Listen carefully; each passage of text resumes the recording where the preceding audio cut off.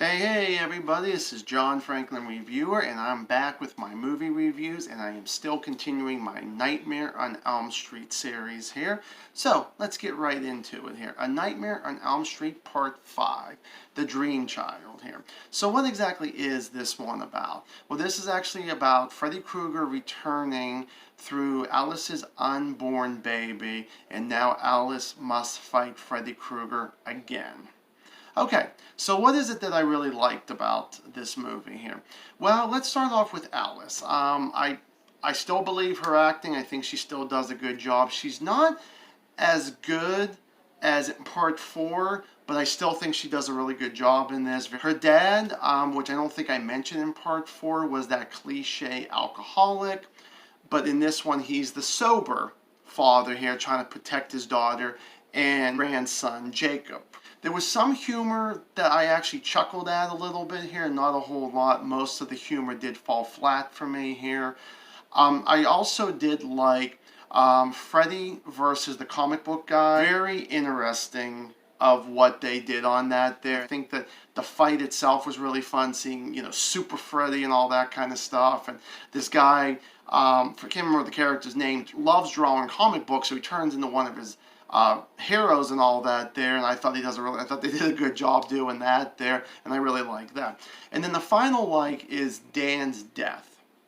Now the thing is, I like the whole thing where Dan needs to hurry up. He jumps in his truck here.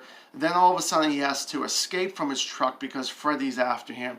He goes onto this motorcycle because someone left the keys in the ignition there, and he goes. Well, of course, Freddy catches up to him and all that, and the motorcycle wires start going into Dan's skin and all that there, and kind of connecting human and motorcycle as one. And I thought that was really unique there. I really like the practical effects on that there. The death itself was really cool. Also, he looked like a character from the Mad Max movies, I gotta be honest. And now moving on to the dislikes.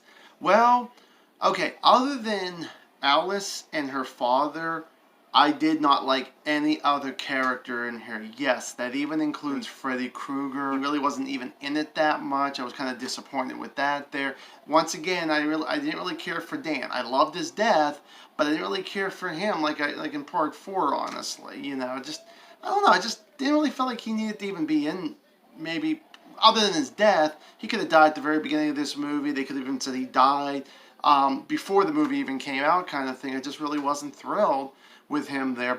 All of Alice and Dan's friends, not believable one bit on their acting there. All the other parents, I was not a fan of. I thought they were just boring and very cliche if they were supposed to be these, nice parents or a-hole parents. And there was a lot more a-hole parents in here, especially Dan's parents trying to take Alice's baby away and all that once she had the baby. That was completely wrong. Just felt like that. I don't know. It even felt a little out of place, and for me, I just feel like when they try to resurrect Freddy Krueger, it doesn't seem like these are really good resurrections. You look at them now in the eyes of 2020, then back in the late 80s when these movies came out and all that here. Still a little bit better than Part 3's resurrection with the dog pee, but I don't know, the unborn baby thing. I guess they had to find some way to bring him in, and they thought this would have worked out, kind of thing. Because Alice wasn't thinking about him and kind of destroyed his powers and all that. I guess you got to go through the baby and all that. And also thinking about Freddy Krueger here, don't like his makeup one bit. Not exactly thrilled with it. I feel like this is where they get a little bit more lazy with his makeup and all that there, the whole burn victim thing. The story was very slow and it dragged. It was one of these movies that it was definitely a yawner because I don't know what the director or especially what the writer was thinking about this. It just felt like that, yeah, it's not, of course the movie's not going to be scary anymore compared to what it maybe was back then. But it just felt so dramatic, honestly. It was just like, isn't this supposed to be a horror movie? But I don't know if anybody else agrees with me about that or not, but this one could have been so much better. The script could have been so much better. I mean, 4 was really good with starting off with Alice, and like I said, she may not be as good, but the story of Part 4 was really good, and then Part 5 just really drops down, in my opinion. Yeah, I mean, there were times I almost fell asleep watching this movie here. It was very tough to kind of get through here.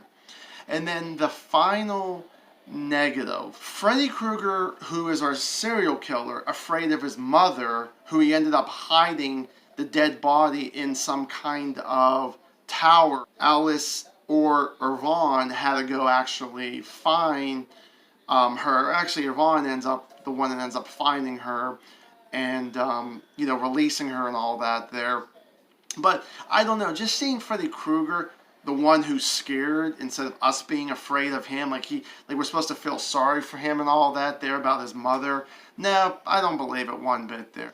Now my rating for this is going to be 1 out of 4 stars, and I feel like I'm being very generous with that 1 star, honestly there. So, A Nightmare on Elm Street Part 5. What is your opinion? Give me a comment down below. I'll be curious what you got to say. Do you actually like this ones out there? So thank you guys so much for watching another movie review here with my Nightmare on Elm Street series here. If you haven't yet, please subscribe. Hit that bell notification. Please like if you did enjoy this video here. And as always, stay awesome.